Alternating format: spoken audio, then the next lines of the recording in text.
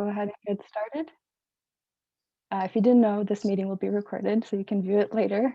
Or if you weren't able to make it, you can view it at another time. Welcome everyone to the second lecture of the semester-long series From the New Archaeology to Equitable Archaeologies, Global Lessons from Black Scholars. This series is hosted by the University of Michigan Museum of Anthropological Archaeology and the Department of Anthropology. My name is Arina Bachi, and I'm a PhD student here at the University of Michigan, coming to you virtually on the traditional lands of the Anishinaabe, the Wyandot, the Miami, Sook, Fox, and others. Before I introduce our speaker and our speaker series today, I want to acknowledge the early and ongoing entanglements of the history of this university with Indigenous and Black communities. The University of Michigan is built on land that was dispossessed from Native people and funded by wealth that was derived from slave labor. I would like to recognize the 1817 Treaty of the Foot of the Rapids with the Ojibwe, Ottawa, and Potawatomi nations, and reaffirm their ancestral and contemporary ties to this land and the contributions of both Black and Indigenous peoples to this university. This speaker series grows out of the department and museum's response to the Black Lives Matter movement and the protests of 2020. As anthropological archaeologists, we are generally well positioned to use the past to bring to light narratives of dispossession and empowerment, to identify long-standing structures of inequality and oppression, and to contextualize current social justice movements to help secure a just future for our society.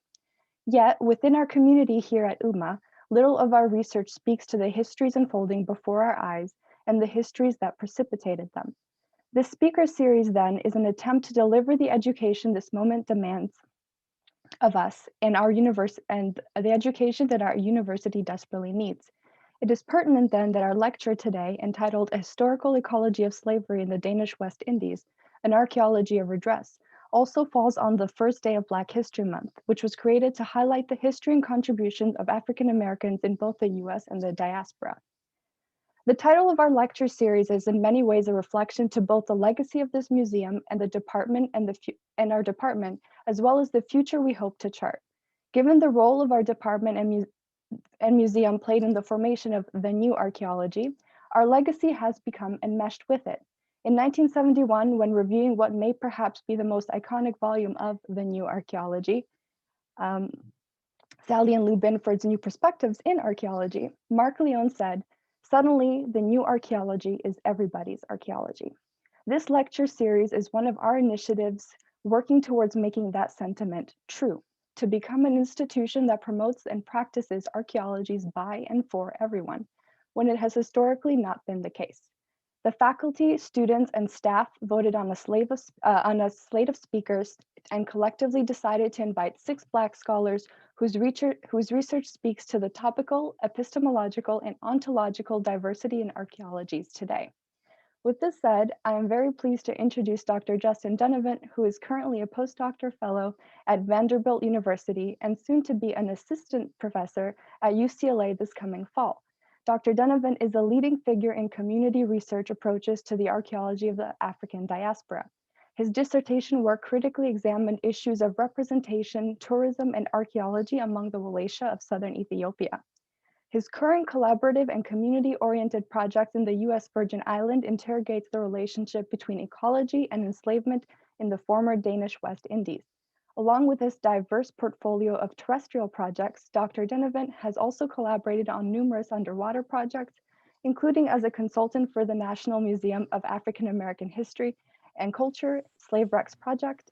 He has also worked on and consulted for multiple projects to document the search for slave ships under the Diving with a Purpose Maritime Archaeology Training Program, and last but certainly not least, is co-founder and current president of the Society for Black Archaeologists. Before beginning, I want to make a few very brief notes on technology, then I promise I will hand over the screen. First, viewers have the ability to turn on live transcripts if needed or wanted. Throughout the lecture, you have the ability to ask questions in the Q&A function. You can also upvote questions that you would like to see answered. With all this said, I will turn things over to you, Dr. Dunnavant. All right, thank you very much for that introduction. I want to say thank you. I'm going to apologize ahead of time because my presentation is going to be a variation of the initial title and presentation I proposed. And that's partially after reviewing the theme, reading more about the intentions behind the theme, taking very literally the lessons from Black scholars, and then also the fact that it is Black History Month. So I wanted to kind of put all those together. I'm actually calling in right now from the traditional lands of the Choctaw and Creek natives here in Southern Alabama. And I am in Mobile, which is just outside of Africatown, Alabama, which was the community that was founded by Africans who were enslaved on the Catilda slave ship and brought over here to the Americas. So I want to recognize all those geographic layers coming together in one entity. Because it is Black History Month, I do want to just highlight a little bit about why that's important in the work that we do. Many of you may know that the story behind Black History Month is that it was originally Negro History Week, founded by Carter G. Woodson. And the intention behind it was to actually showcase all of the research that had been conducted over the other 51 weeks, so that this one week would be a sort of display of where research had been going, or where it was from, and where it will go in the future.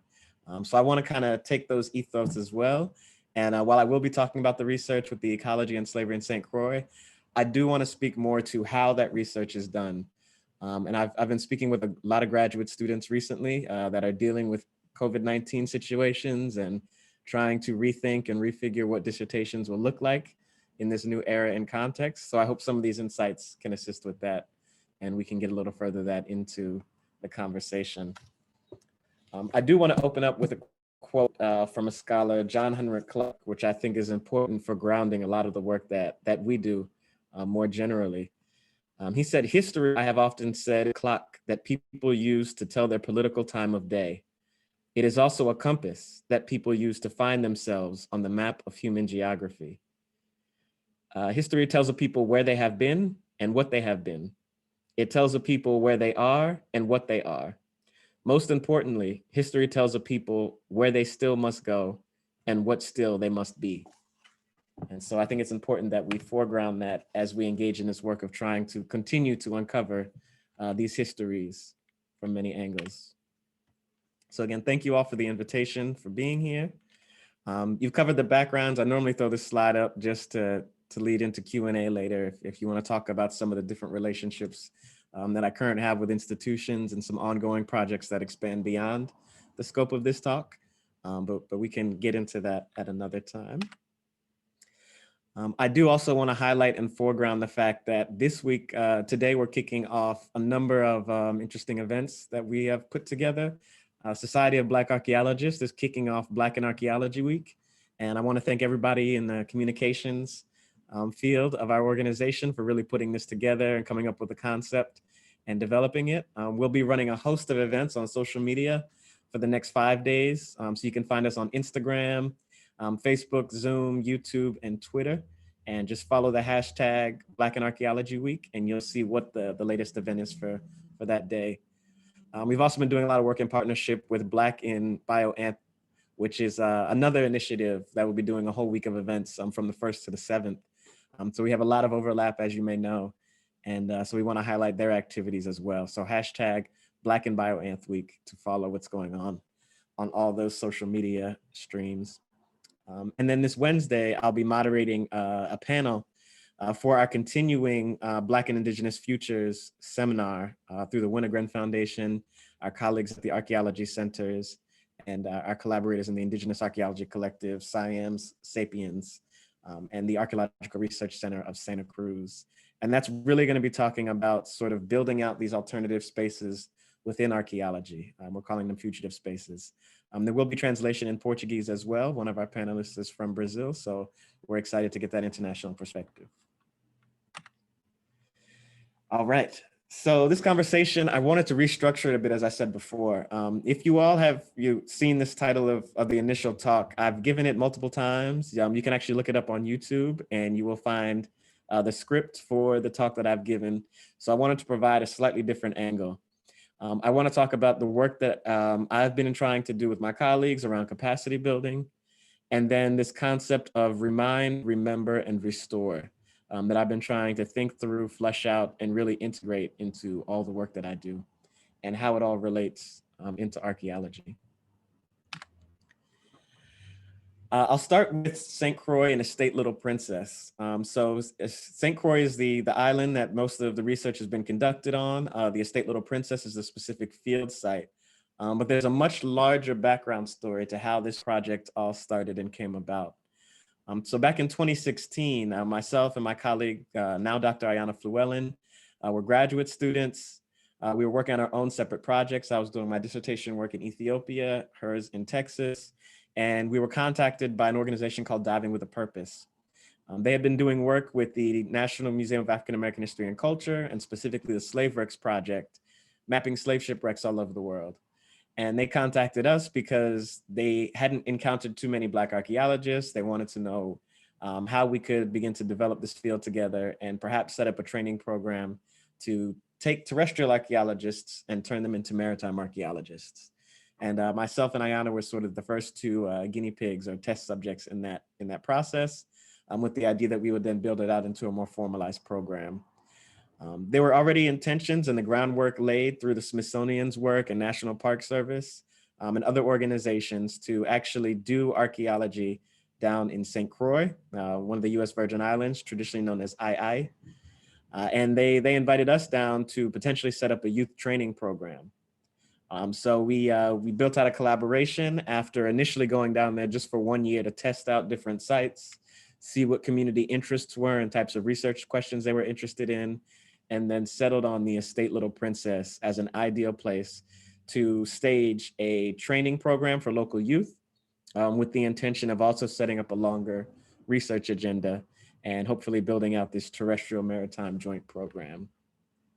So of course, it involves a whole host of partners, including the University of the Virgin Islands, Junior Scientists in the Sea, CHANT, which is a nonprofit heritage organization, and many others as well, including Archaeology in the Community. Once Ayana and I went down there after the first year, we said we want to continue to set up this project. And I wanted to give a little bit of background to this because I know there's a lot of graduate students that are trying to figure out, one, how to finish up their dissertations, and then two, what to do beyond that. And I tell them our story to give them a sneak peek into how it worked, but also to warn them that our route, while successful, isn't always the path that you're advised to go on. So myself and Dr. Ayana Flewellen self-funded our trips down there for the first year with the intention of building out this program. But we knew as graduate students, we didn't necessarily have the expertise to build this out to the scope that we wanted to see it. So what we did is we got a bigger team on board. We called in Dr. Alicia Odewale, who was finishing up her dissertation work in St. Croix on another archaeology site because she had regional expertise in this area. Again, I was coming from doing work in Ethiopia. Ayana was coming from doing work in Texas. We called in Dr. Alex Jones, who has over a decade of experience actually training local youth in archaeology, specifically K through 12 youth. And we wanted to see if she could help to set up the youth training program and potentially expand her organization down there as well. And then we called in Dr. Bill White, who's got over a decade of CRM experience as well. And that was mainly because we wanted this project not to be about training people or introducing them to archaeology, but also thinking forward in terms of how do we actually turn some of these into jobs and job placement, and realizing that many Caribbean islands don't have their own CRM firms. And we wanted to see that even if we can't establish one in the immediate future, if we can at least build up the capacity so that when CRM firms do come down to these islands, there is local talent that can be utilized for a lot of these projects. And then, of course, myself at Vanderbilt University. I'll talk a little bit about how we sort of structured the project. Many of you will know that have done archaeology, you normally have one or maybe two PIs on a field site. We intentionally built out this project to have 5 of us as PIs for a number of structural reasons. One of the things we realize in dealing with academia is that they often don't value or understand or have the mechanisms to even sort of encompass all of the various ways in which the community work we do requires labor and requires a certain level of engagement.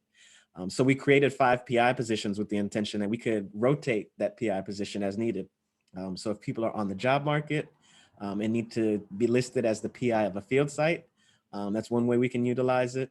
If people need experience on how to actually set up budgets for field projects and manage those and handle logistics for field projects, we rotate that responsibility as well.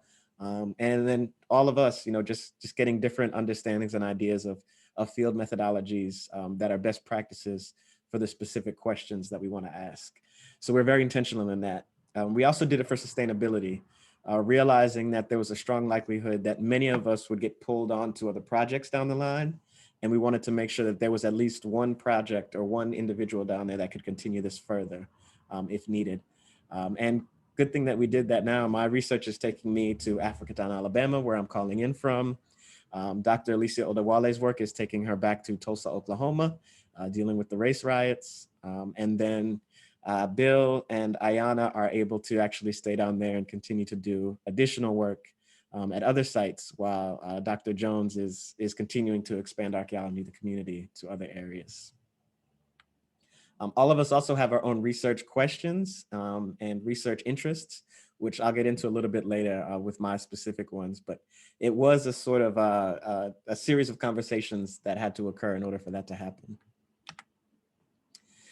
All right, so again, taking seriously this concept of lessons, I will say lesson one for everybody out there: under promise and over deliver. I mentioned initially we had the concept of setting up a youth training program on the island. Thanks to funding from the Slave Rex Project, we were able to get that off the ground, and we established a 1-week training program to take local youth from what was then the Boys and Girls Club and now the Caribbean Center for Boys and Girls to expose them to archaeology. 2 days of field exercises, a day of class exercises, a day of cleaning and washing artifacts, and then a day of learning career opportunities that are in the field. We promised this as a sort of 1-week program, but then we all continued to stay on afterwards as well to actually develop out research questions related to the site. And so we continued excavations for another 3 weeks after that and built out a more formal research agenda and turned it into a more formal project. From there, we partnered with our colleague, Dr. Cameron Monroe, who's at UC Santa Cruz, on a UC HBCU initiative grant. And this program is set up by the University of California system to bring students from historically Black colleges and universities into the California system, into careers and fields where they're normally underrepresented. So we set up one as a joint program to take students to St. Croix, where I'm working, as well as to Haiti. For a number of political reasons, Haiti hasn't been able to work out in the ways that we wanted, but that has meant that St. Croix has really shined in many ways as well. So we're excited to build out that program and expose students from many different academic majors to the field of archaeology, realizing that not all of them will go into archaeology, but they'll at least have some exposure to what archaeology is and to cultural heritage backgrounds. We did have one student that is actually sticking with the field and is currently a PhD student at UCLA. So we're excited about that moving forward. In addition to that, we've built out a number of partnerships through this project, one of which is with DAX, which is the Digital Archaeological Archive for Comparative Slavery. And we have to give a lot of thanks to them for actually bringing us on board. Our field site, the Estate Little Princess, is going to be one of the first sites that's cataloged completely from its inception into their system. And the intention is that also gives us very detailed and in-depth training in artifact analyses. For anybody who's worked with DAX knows that the data that they record is really above and beyond sort of what standard field sites require. But it also allows us to then put our excavations and our research in conversation with many other sites that are out there. So we're excited about that. It also provides us an opportunity to freshen up on our skills and continue to be students and learners, and then to bring our graduate students into the program so that when they develop their sites, they'll have a framework and a background by which that they can have a better understanding of everything from colonial ceramics to historic glass and everything in between. So we're excited about that. All right, lesson 2, remind. So I use this sort of mantra of remind, remember, and restore. And I'll talk a little bit about all the different sort of understandings and interpretations of that. But this is sort of a mantra that I try to bring into the archaeological work that I do. I think that, as a human people, we have lots of history that we've lost, that we don't know about. And a lot of the work that we're trying to do is just to remind ourselves of what it is that has happened and what we are capable of. And for this lesson, I say dig deep, and I'll explain what that means in a little bit. Generally, narratives on St. Croix, as well as in the Caribbean, historically have focused on the plantation when they're focusing on archaeology, and have focused on the people who are most well documented in the historical record, which tend to be the colonizers themselves. What we want to do is we want to dig deep and actually explore the lives of those who weren't readily recognized in those records. As you know, that's one of the main strengths and hallmarks of archaeology. Of course, it has its limitations as we're restricted to what material culture survives. But even that little piece allows us to add a contribution onto this larger story. So this image is actually an image from the estate Little Princess taken in the late 1800s, right in front of what was then the enslaved community's housing. Actually, then this was post-slavery, so this would have been the free laborers' housing, but it's actually the same housing that many enslaved people lived in as well prior to. In digging deep, we wanted to actually explore the lives of those individuals who lived on these lands. And again, many of these individuals, these photographs were taken after emancipation, so they were legally free, but they were often low paid or unpaid for their labor. And we wanted to recognize that, and realizing that in many cases, the families which they are direct descendants from the families that had been enslaved, if not enslaved themselves at younger ages. So really trying to highlight that, spotlight that, and bring that all back into our collective memories. Now, archaeology at the estate Little Princess, we developed a research agenda that really focused again on bringing those stories to the fore, which meant that our archaeology actually focused on the enslaved cabins themselves. One thing that happens when you're dealing with heritage preservation, again, oftentimes the larger structures, the more ornate structures, tied to colonial settlers tends to get highlighted first and foremost. And those attached to the people who actually did a lot of the work and were enslaved tends to become dilapidated and fall into disrepair. So when we got to the estate Little Princess, many of the houses that the enslaved people lived in and later free people lived in was actually overgrown. And so we saw remnants of one or two structures, but knew that there was much more to uncover, particularly based on some of these historic maps. And so we wanted to dig deeper into that area. We enacted a series of not just shovel tests, but actually excavation units between standing structures. So while one structure was visible when we first entered, we uncovered 4 additional structures and then conducted excavations within and between these structures as well.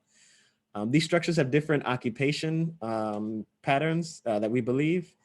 We're not exactly sure when they were initially built. Initial records state that they started as wattle and daub, which is a sort of mud brick texture, and then eventually grew into more permanent structures. And some of the structures actually now have tile flooring, as well as poured concrete porches, which leads us to believe that over time, modifications were made for people to live into them, into the post-emancipation era.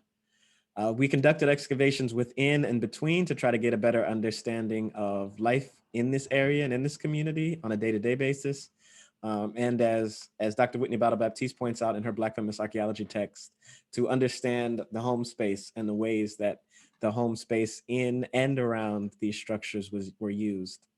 And it's important to highlight that because these structures are very tiny.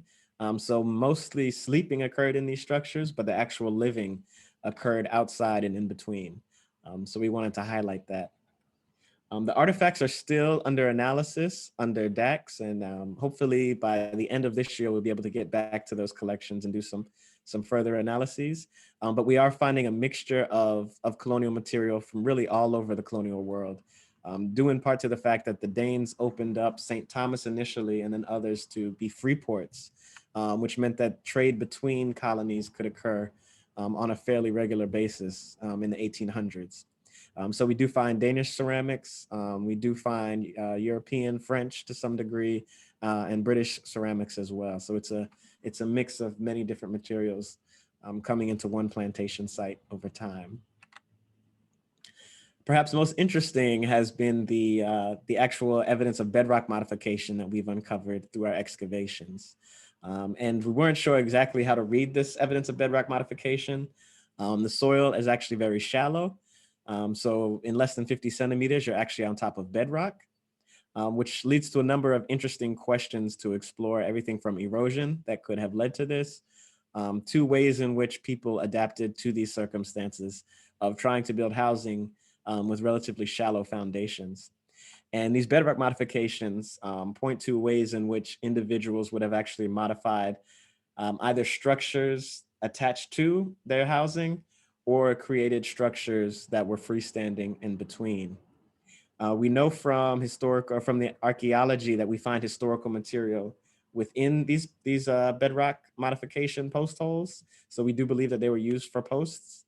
However, we do find that on certain areas, the layers immediately above are composed of almost entirely pre-Columbian material, which leads us to believe that these post holes were likely made during that time and then reused in the historical period. And we find evidence of bedrock modification throughout the Caribbean and the region by a number of different groups. And again, whether it's for housing or for more religious structures or other utilitarian structures is sort of still up for debate. But the use and modification of bedrock is ubiquitous throughout parts of the Caribbean amongst indigenous communities.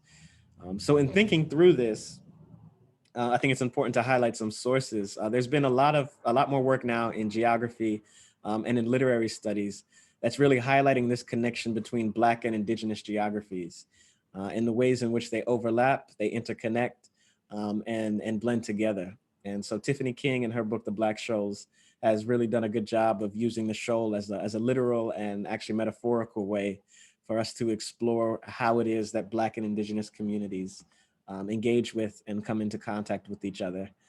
In some cases, even if they aren't temporally situated in the same place, sort of coeval, we can then at least begin to think of this idea of how it is that Black geographies are built on top of and reusing Indigenous geographies. And honestly, many colonial geographies as well have done this. I think it's plausible to consider that a lot of the more prominent plantations, particularly in the Caribbean, were intentionally built off of the infrastructure that Indigenous communities had created. And this leads me then to my research question. I think it's interesting, we kept the initial project around St. Croix a sort of open question when we discussed it. And it was this idea of just trying to understand what life was like under Danish enslavement, with the idea that individually we could then probe into more specific questions that we wanted to ask. And one of the beautiful things about this is that it gives us the opportunity to actually spend time down there and develop questions that are actually not only relevant to the current community, but are interesting and perhaps unique to the historical situation that we find. I think one of the things that we often engage in is we develop questions sort of too early into the process of doing this archaeological work. And then by the time we realize these second and third and fourth questions, it's time to pack up and move on to something different. And then we normally have graduate students that we hope one day will take them on. But these three images really helped me to structure what it is that will become the focus of my archaeological research here, which is on the relationship between ecology, environment, and slavery. On the one hand, on the left side, you'll see an image of one of the families that lived at the estate Little Princess. Part of it was just trying to situate how it is that Black people interacted and African people interacted on this landscape, knowing that the historical records were not capable of doing so. The second was looking at this map, this colonial map. You'll see that the island is neatly carved up into rectangles that are then parcels of land that are taxed and sold. And for me, this sort of reminded me of the colonial project, that people and land were both created mutually fungible. They were both created mutually quantifiable and assigned values based on their productivity and their use. And so part of the work that we need to do is, one, unpack that in terms of people and understanding how it is that we rehumanize the experience of individuals who've been made commodities, but then also think about it on the land side and think about how it is that we undo this process of commodification of land. And these thoughts and sort of understandings persist today in a number of ways in terms of whether or not land is productive, how much land is valued, how it's taxed, and where we can and cannot place, certain environmentally dangerous activities, whether it's oil refineries, as in St. Croix, or rum production that you find as well. Also interesting to note that the Danes, a lot of these colonial projects were projects and experiments. And so the Danes actually had to create a new unit of measure called the Danish acre, by which they created these rectangular blocks and taxed them. And that was in part because many of the early settlers on this island when the Danes took it over were British and French and had different units of measurement that then had to be sort of correlated and brought together from there. And then finally, the last image in this triptych is an image of coral that has been used as building construction in one of the historic buildings on the estate Little Princess. And St. Croix is unique in the sense that there are many of the structures that have been built up actually came from coral mining that occurred around the island. And a lot of that history has yet to be explored in terms of the actual environmental impact that has had over a series of generations. And if you look at some of my other talks on the estate Little Princess and the work that we're trying to do, part of it is surrounded around identifying the specific taxa of coral that are used for these purposes. It looks to be largely brain coral, which is slow growing. And once it's destroyed, it takes a while for it to grow back and repopulate. And then there's also this question of how that relates to then what coral taxa are found in the waters today. We know there are a number of endangered coral species in the Caribbean, and we want to see if there's a potential relationship between the two. And then finally, we can use a series of dating methodologies to see if we can understand the site formation of the plantation, to understand when certain buildings were built and how the plantation expanded over time. So those are some ways we can use archaeology to bring to bear onto these more serious questions. All right. And ways that I'm thinking through this, I think it's important to look at sources. Again, Tiffany King does a good job of exploring some of these questions in some articles that she writes, and Catherine McKittrick does a good job of foregrounding and centering this idea of understanding what it means to be geographic and ungeographic in terms of the ways that Black people experienced and lived life in the Americas. All right, so once we are reminded of what it is that has occurred, there's a process of remembering that is crucial and important. And one of the lessons I would say for here is to color outside the lines. Oftentimes you have to go beyond the borders of what's predefined in order to begin to experience what is possible. And this process of remembering actually comes from Ngugi wa Thiong'o, who's a prominent Kenyan philosopher, a literary scholar as well, and novelist in his own right. And Ngugi wa Thiong'o wrote something, Torn and New, an African Renaissance. And in it, he talks about this process of remembering that's required for African peoples that have experienced colonization, as well as African peoples that have been brought to the Americas.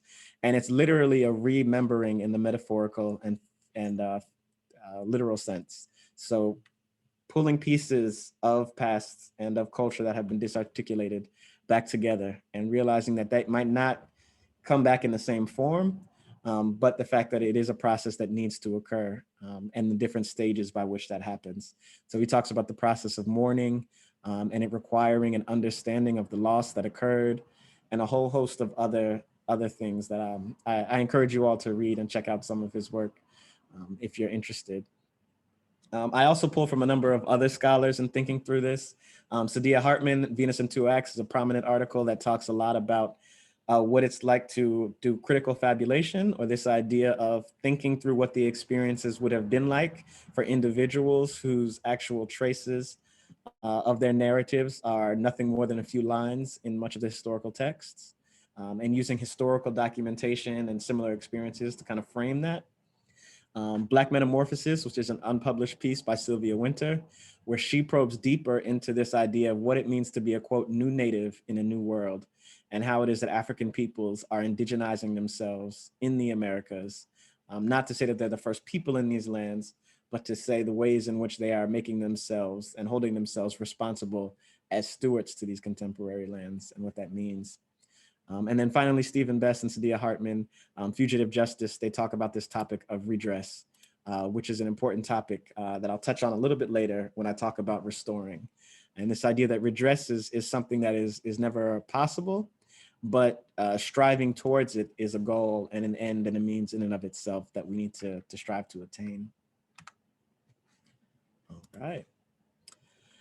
So again, part of the work that I'm interested in doing, and I know, let me check my time here. Okay, good, yeah.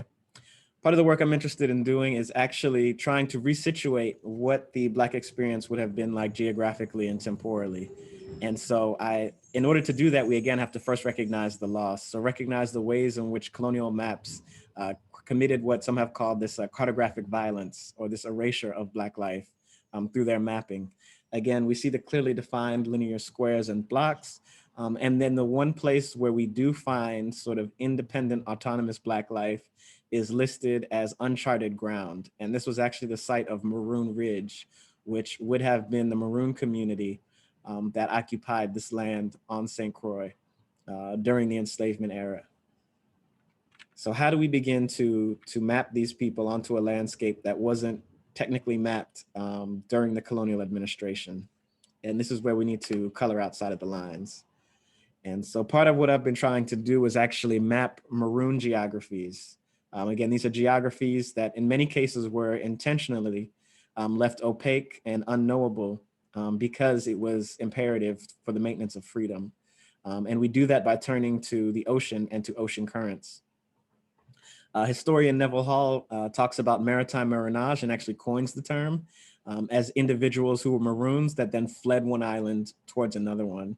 And we can begin to chart Maroons and their geographic experiences, not through where they physically stayed, but if we look at maroonage as a process and look at the ways in which they moved throughout the landscape.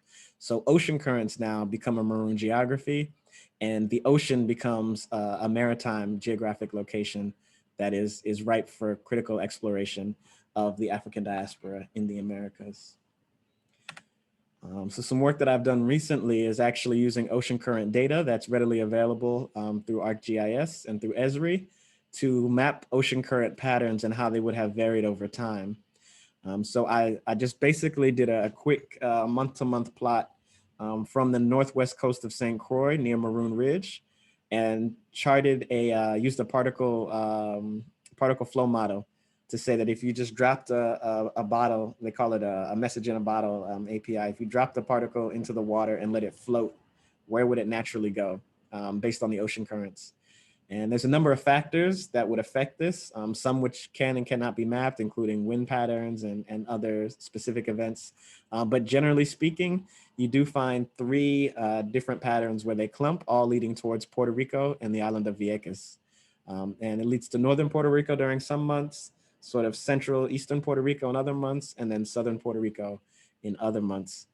What's interesting is by charting this Maroon geography then, we are able to see how Maroon geographies actually transcend separate islands and are engaged in this conglomerate of one geography that goes across multiple islands.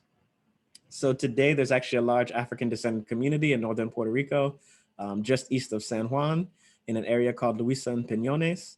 And many of them actually have oral traditions that trace their ancestors back to those Maroons who escaped not only from the Danish West Indies or the US Virgin Islands, but from other islands as well. Excuse me. And it turns out that that was a much larger process that occurred mainly at the behest of the Spanish, as well as being facilitated again by these ecologies, by the ways in which the oceans moved. And there's a whole host of reasons why the Spanish actually encouraged Maroons to occupy their lands. One being the fact that the Spanish never actually owned forts on the west coast of Africa. They got Equatorial Guinea at a later date. But as a result of that, they didn't control the African slave trade. So whenever they needed labor, they had to go to other colonial powers to get their labor. Therefore, encouraging Maroons to flee to them and offering them incentives like freedom after a certain amount of labor or work was utilized, it gave them an opportunity to build up their own labor force for very cheap or for free in many cases. It also gave them a potential militia. So many of the Maroons who ended up here in Puerto Rico were actually required to be conscripted as militia. And this specific group in this area was responsible for repelling a potential British invasion in the 1700s. So it provided a big military force. And then the Spanish replicated this model. They did it in Florida and encouraged people to flee into Florida from Georgia and the other coastal areas.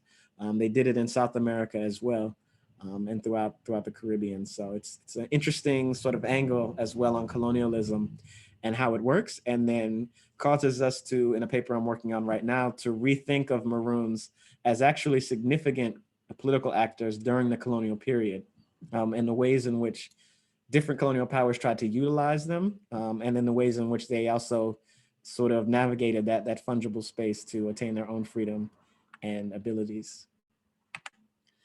And this is also some of the, this is from one of the cultural centers in Luisa in Puerto Rico. And one of the interesting things you'll see is this direct connection also to the indigenous communities and populations that are there. They have one small museum within the Afro Puerto Rican Cultural Center that houses that. So there's this direct understanding and connection of the overlapping and interconnecting Black and indigenous geographies, which again is ripe for exploration. We talk about it, it's persistent throughout many Maroon communities, through Suriname, through Jamaica, and through many other Caribbean and coastal communities as well. All right. I will talk very briefly about some of the work that I'm doing too. Again, we're talking about lessons. So I created this piece while I was writing that piece on maritime maroons. And part of it was to engage in another process of thinking through the process of what maroonage would have looked like. And so some of you may have seen this. I actually got it published with the article that I wrote. And again, it helped me to think through, okay, when would a maroon have escaped? One possible instance could be an individual, as many of these runaway advertisements elicit. But there's also instances where, you know, multiple families escaped at one time, and what would they have had on board, and so forth. So things to consider. Who else would have been on the water? How would they have navigated? But I actually got the inspiration for it by looking at a piece by Winslow Homer, which is the fog warning. And in reading the sort of title piece for that, the text for that, which is at the Museum of Fine Arts in Boston, it says the fisherman in this picture has been successful, just as the maroon would have been successful in flight. But the hardest task of the day was the return to the main ship, and it was still ahead. So even though these maroons are on the water, they're always in this precarious space of potentially being recaptured, and freedom is never permanent. So thinking through creating this piece caused me to think through what those experiences would have been like as well. So I encourage that in the process as one form of doing this work. Another point I wanted to push was actually situating African peoples onto the contemporary geographies and taking seriously Sylvia Winter's claim of the ways in which African peoples are indigenizing themselves onto landscapes which they're not native to. And so one ways in which this occurred, again, talking ecologically, is through trees and the meaning and significance that's held in these culturally important trees. We find evidence in maroon communities like the Kinda tree in Accompong, Jamaica, which is known as a prominent heritage site where a number of different maroon groups came together and signed a peace treaty amongst themselves. And it's still seen as a prominent site today where ritual occurs. In St. Croix, there are a number of baobab trees on the island, and some of them have actually been listed as historically significant places with historic significant markers. And they tell the stories of specific events, such as the Grove Place tree, which is seen to be over 250 years old, one of the oldest trees on the island.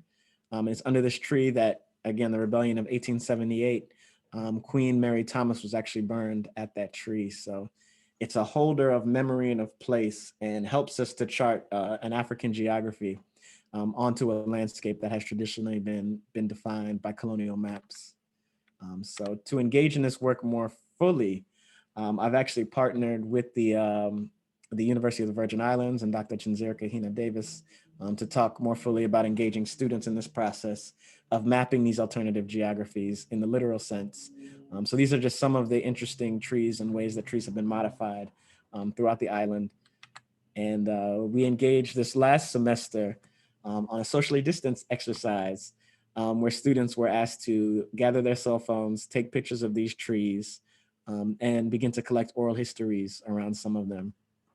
So we introduced them to ways in which, for better or for worse, your cell phone collects all kinds of geographic latitude and longitudinal data that can be used as a sort of data and resource. And then the apps that have developed now, such as iNaturalist, which allows you to take an image of a tree or a plant or an insect, and it will actually give you the scientific name for it through their database of Corey. So technology these days allows for many different arenas. Also working very closely with Professor Olasi Davis, who is a naturalist, a self-proclaimed bushman from the neighboring islands, who's traveled to almost every Caribbean mountain peak. He will tell you that these different landscapes are significant throughout the Caribbean to peoples, and there's no one space that sort of controls this. So in doing that, I think it's important that we again continue to think about how we map African geographies, not just specific to one island, but the ways in which they cross islands and are mapped onto waterscapes as well. All right, the last step in this process is restore. And this is a requirement then to make connections and a lesson to make new connections.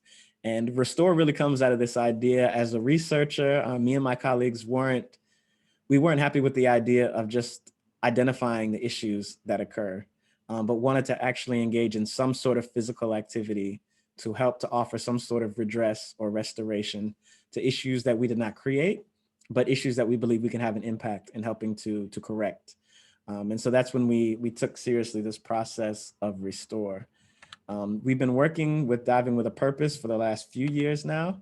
And Diving with a Purpose, again, is a nonprofit organization of advocate scuba divers. They help map shipwrecks off the coast of Florida, Costa Rica, and other countries. And they also engage in coral reef restoration and have a whole coral reef restoration program built out as well. So we've been helping in these processes as well to help hone our dive skills, but also to help give back in some way. I talked earlier how a lot of the coral on St. Croix was actually mined and used for housing construction. Well, we believe we can actually engage in this process of restoring those oceans by helping to contribute to these efforts of coral reef restoration. So myself and my colleague Ayana Fluellen and Gabrielle Miller have been working with Diving with a Purpose to help with their coral efforts in Florida. And we hope to be able to bring those efforts to St. Croix and work more closely with the Nature Conservancy on those ends moving forward. It's also important to realize and consider as well that these efforts step outside of the bounds of archaeology. And again, oftentimes won't get recognized in the work that you do because of that, because there's no metrics sort of capable of encompassing that. But we believe it's equally as important and requires us to be sort of literate in multiple fields in multiple areas of study. So we hope to push that furthermore. And I don't plan on becoming a marine biologist anytime soon, but I do think it's important to know just enough so that I can know who to call on and what questions to ask for marine biologists. All right, and then conclusion. And again, I want to talk about how we take this a step further. Okay, timing's looking good. And seriously engage sort of ways that that I've been thinking through just the act of archaeology and the ways that we work during this pandemic and in light of all of the racial issues that have been happening locally and globally. And thinking more seriously about what is Black archaeology and what does it look like as an approach, not just this idea of doing work at African diaspora sites, but what is an approach for Black archaeology? And so I've come up with these sort of 4 steps that I've been engaging with, thinking through. None of them are permanent, some of them will change, but I think that they offer interesting insights and contributions to the field. So one of them is collective action.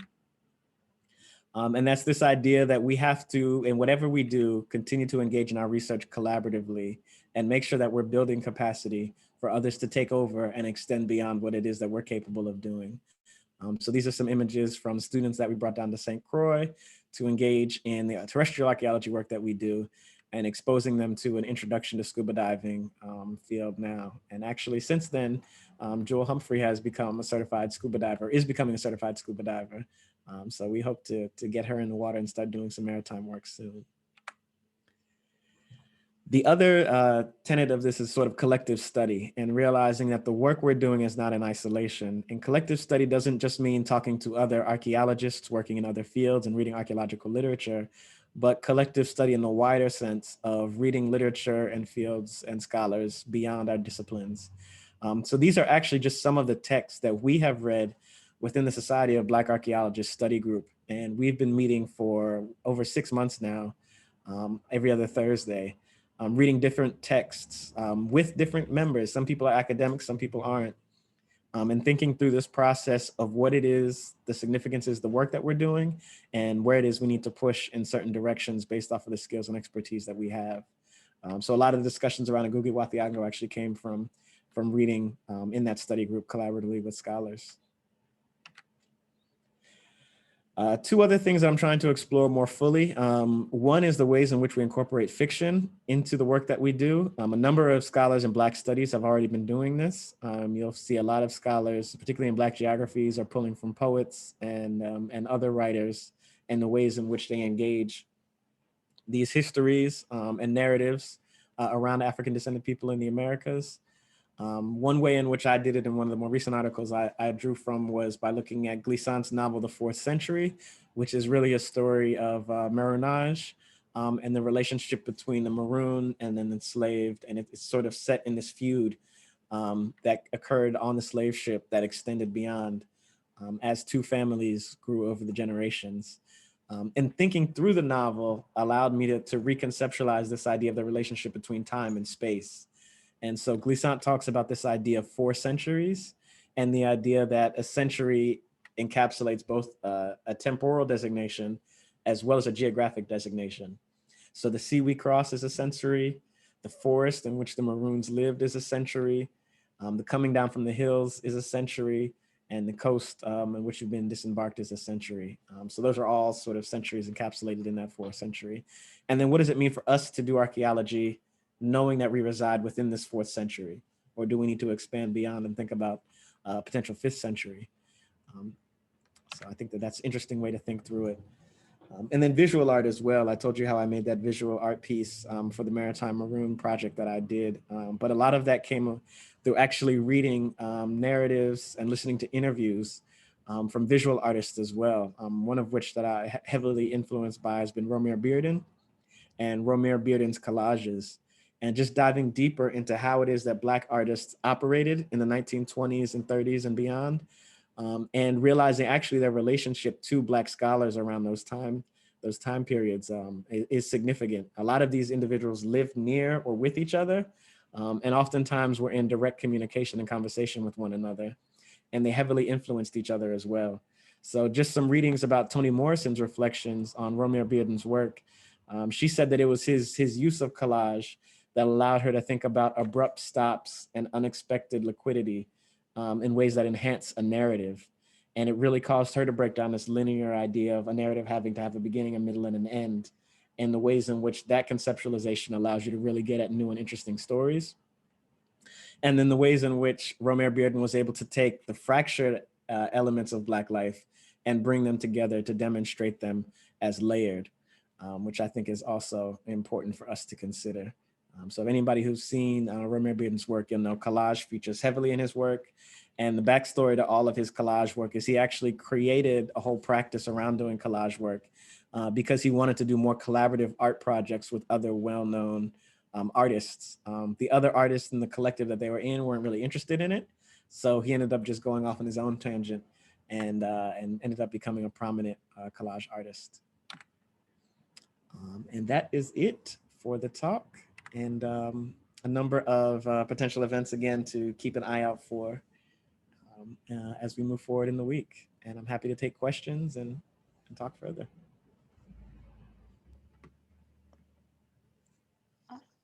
Awesome. Thank you so much, Dr. Dunnavant. I'm going to give everyone maybe a minute or two to think up of any questions that they have and to have a second to just write them down. And then Okay. I'll read them out to you and we can go from there. Okay, perfect. And again, I encourage you all while that's happening to also, again, hashtag Black in Archaeology Week. or Black in Archaeo. We've partnered with our colleagues at Negra Archaeo, which is a Brazilian collective of Black archaeologists, as well as a number of Francophone archaeologists as well. So there will be content in French and Portuguese if you all are interested in learning what our colleagues are doing in other countries.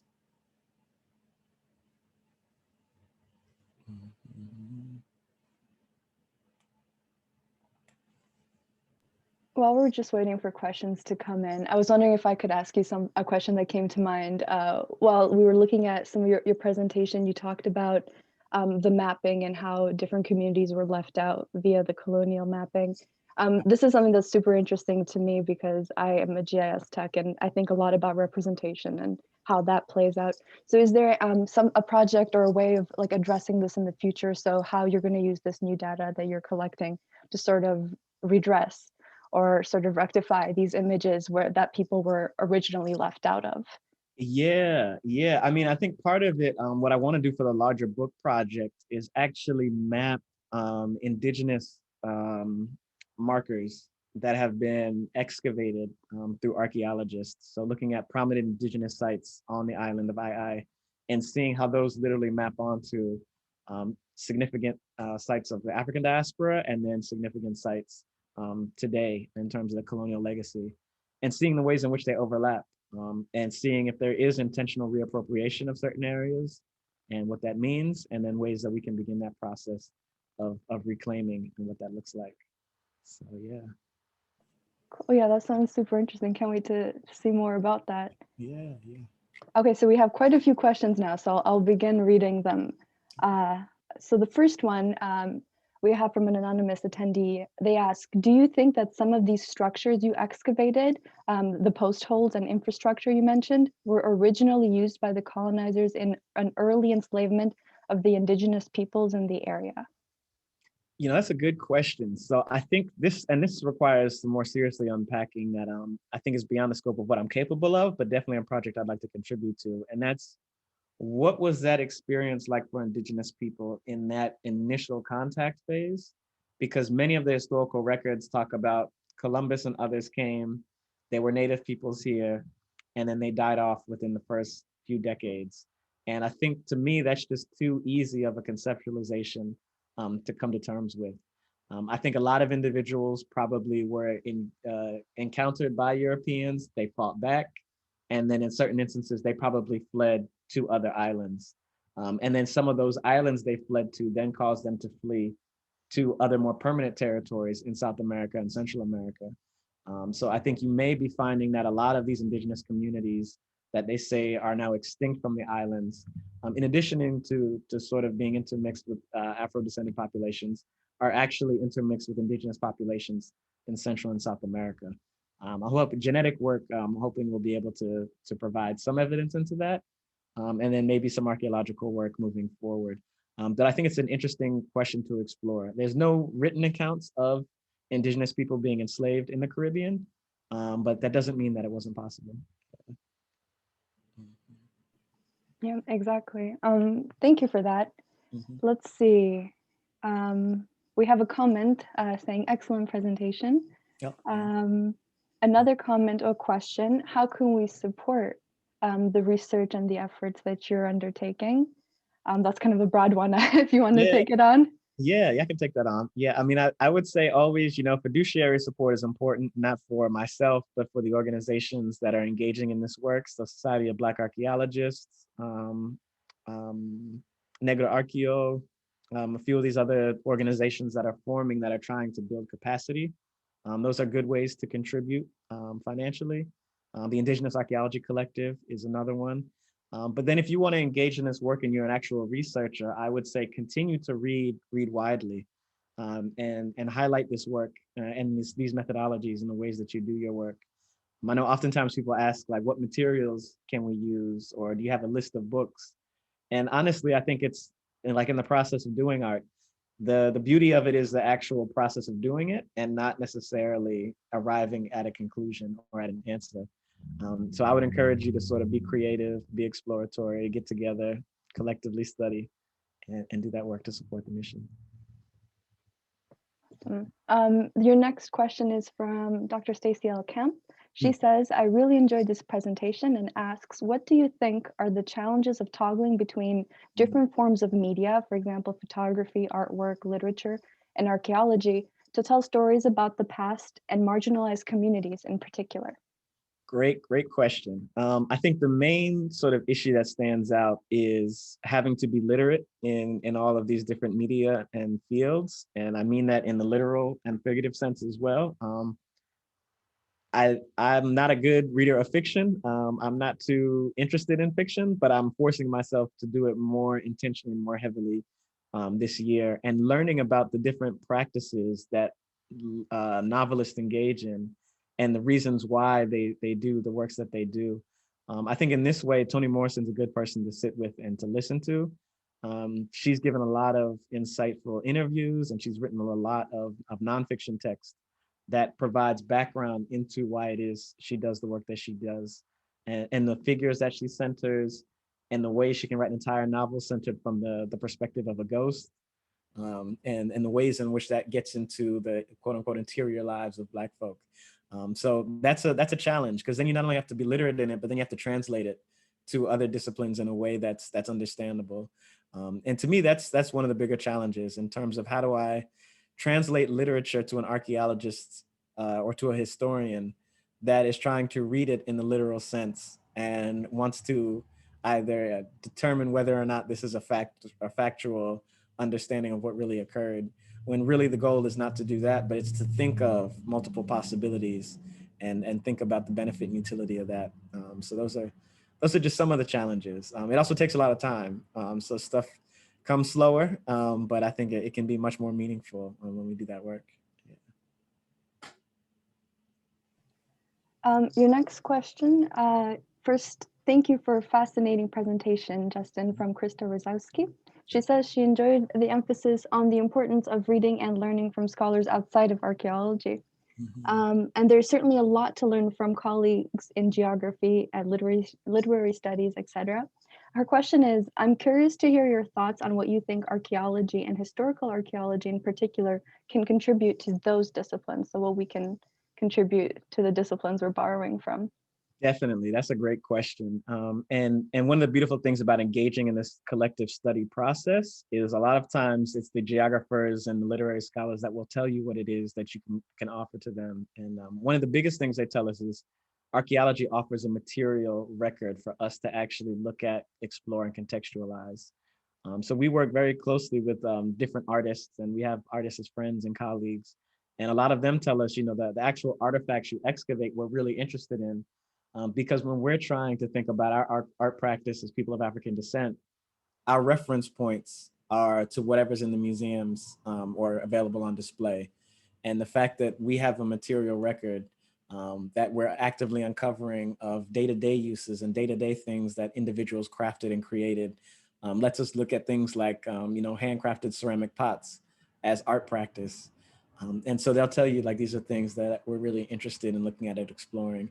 It also gives a reference point to explore deeper stories and deeper narratives.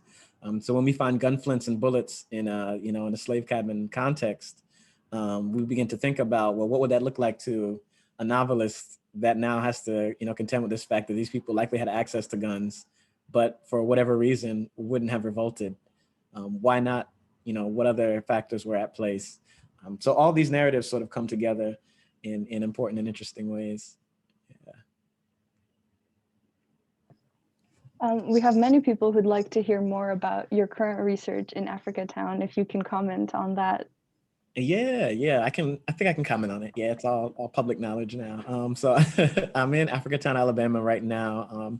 I'm actually helping the city of Mobile do a CRM project around a welcome center they're going to build across from a historic cemetery. And we're mainly just making sure that no graves are potentially unidentified that are going to be impacted. And now we've learned that it's actually built on top of a 1920s community that was a part of Africa Town back then. So we're uncovering foundation structures of buildings and looking more deeply into the artifacts to give us a better understanding of site formation. This is all part of also a larger project where we're trying to build out over the next 3 years some serious archaeology questions around the early foundation of the Africatown community in the late 1800s, as well as the experiences of individuals sort of moving forward into the future. So we like to see sort of where it can go from there. We believe there's a number of interesting tales that Africatown offers that speak not just to Africatown, but to many free Black communities throughout the Americas. So we hope that we can use this as a way to shine a light on that and then promote further research in other communities to, again, get at that larger question of geography and of situating that history back onto a geography. I think we're all very much looking forward to seeing what comes next. There's quite a few more questions, so I want to give you a second to pause because everyone has so many questions. Oh, no, I'm good. Okay, good. So your next question is from Joyce Marcus. She says, Dr. Dunnavant, I wonder if you can contrast some of the household differences between the indigenous or initial occupants versus the Black experience in households. For example, would you say that one of the differences it was between nuclear families versus larger groups? The indigenous too were often enslaved back before the Blacks were enslaved. So this is her question. Yeah, so it's an interesting question when we talk about the specific island of St. Croix, and I think that's because we haven't done enough excavations and uncovered enough evidence of bedrock modification to actually identify more fully the indigenous housing structures and landscapes. So those, I think that's further excavations that we'll have to conduct in order to be able to do that more fully. On the other end, there is some variation, and Steve Linick has been doing some work around this in looking at the ways in which housing and occupancy varied from the enslavement period to the emancipation period, particularly when they were actively bringing specifically men to the island after emancipation for labor purposes. And that created more barracks style housing as opposed to these sort of nuclear family units that occurred during slavery.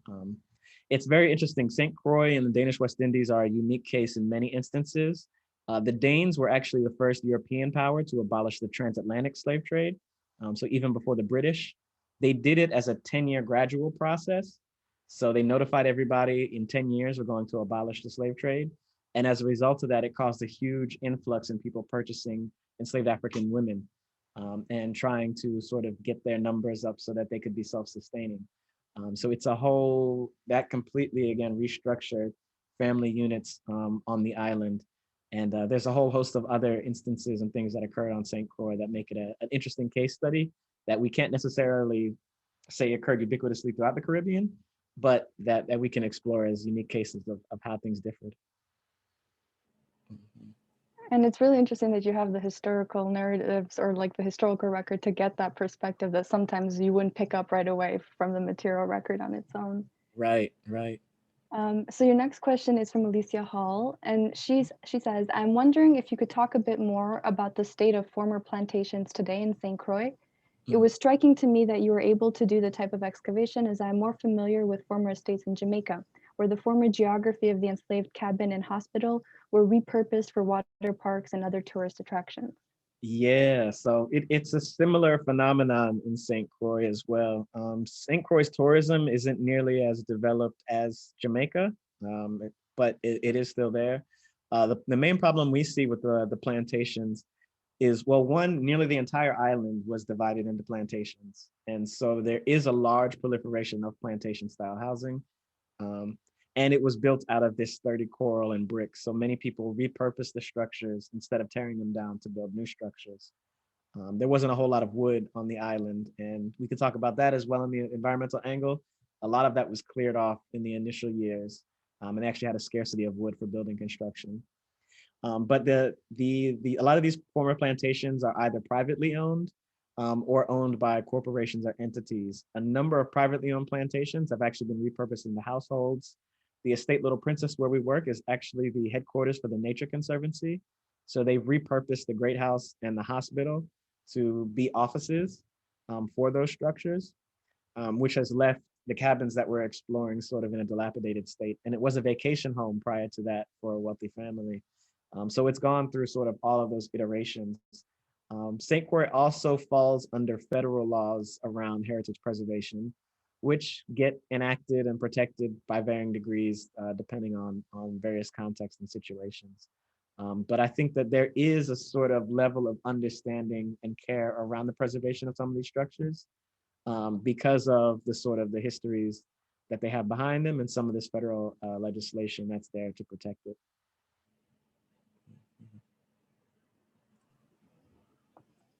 Switching gears slightly, anonymous attendee asks, how much do you see interconnectivity between islands, cultural material, and synchronization between population groups in the area? Since no group lives in a bubble, how much flow between different groups of the diaspora do you see, if any?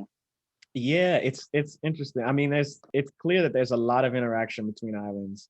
We see this in runaway slave advertisements. You'll see so-and-so ran away from a plantation in St. Croix, but they were originally from Guadeloupe or Martinique or Tortola. So we know that there's this sort of trade and exchange going on between individuals on islands there. The ships are coming in on a regular basis, and these ports are increasing the flow and traffic of individuals to such an extent that there's actually cases of Maroons running away to the port city, so to Christiansted or Frederiksted, and they're able to some degree, kind of fade into the community because there's such a high turnover of new faces into these areas. So we know that occurs. We're also finding, again, a diverse ceramic assemblage that lets us believe that there's a lot of trade and exchange going on between groups. One of the questions we want to explore further is that there's a trade today that occurs in handmade ceramics in the Virgin Islands, particularly from places like St. Kitts and Nevis into St. Croix and other islands, because there's only a few islands in the Caribbean that actually still make traditional ceramics, many for cooking purposes. And so trying to find and facilitate those exchanges, I think in the present moment will help us to elaborate on potential historical trade networks in the past. Yeah.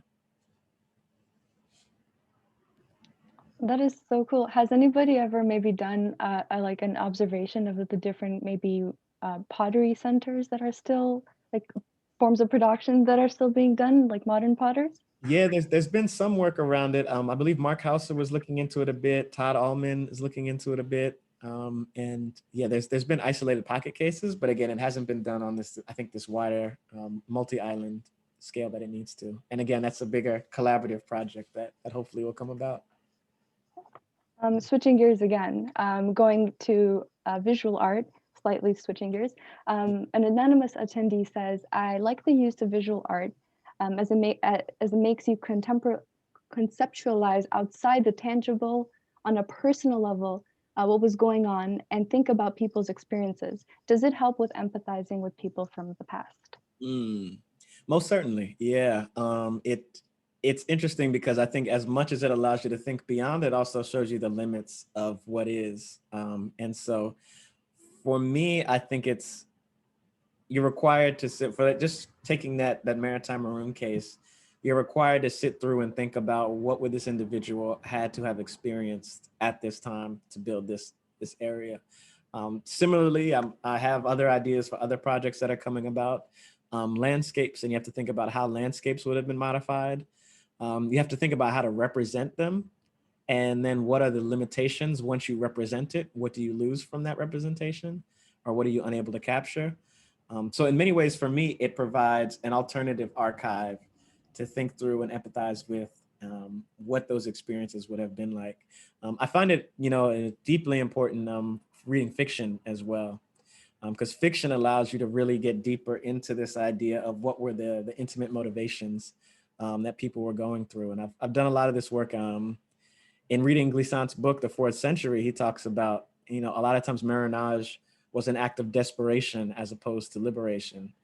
You have people that are dealing with severe droughts, hurricanes, in some cases, punishments leading to death that force them to have to flee the plantation and go to other islands. And then on the other hand, you see instances where maroon communities are not necessarily set up to be sort of defensive structures or defensive places, but actually sort of more aggressive stances. And so while we're often looking for maroon locations in the mountains and secluded areas, we may often need to shift our gaze towards the ways in which these locations would have been able to sort of oversee large plantation plots as well, to attack if needed to. Yeah.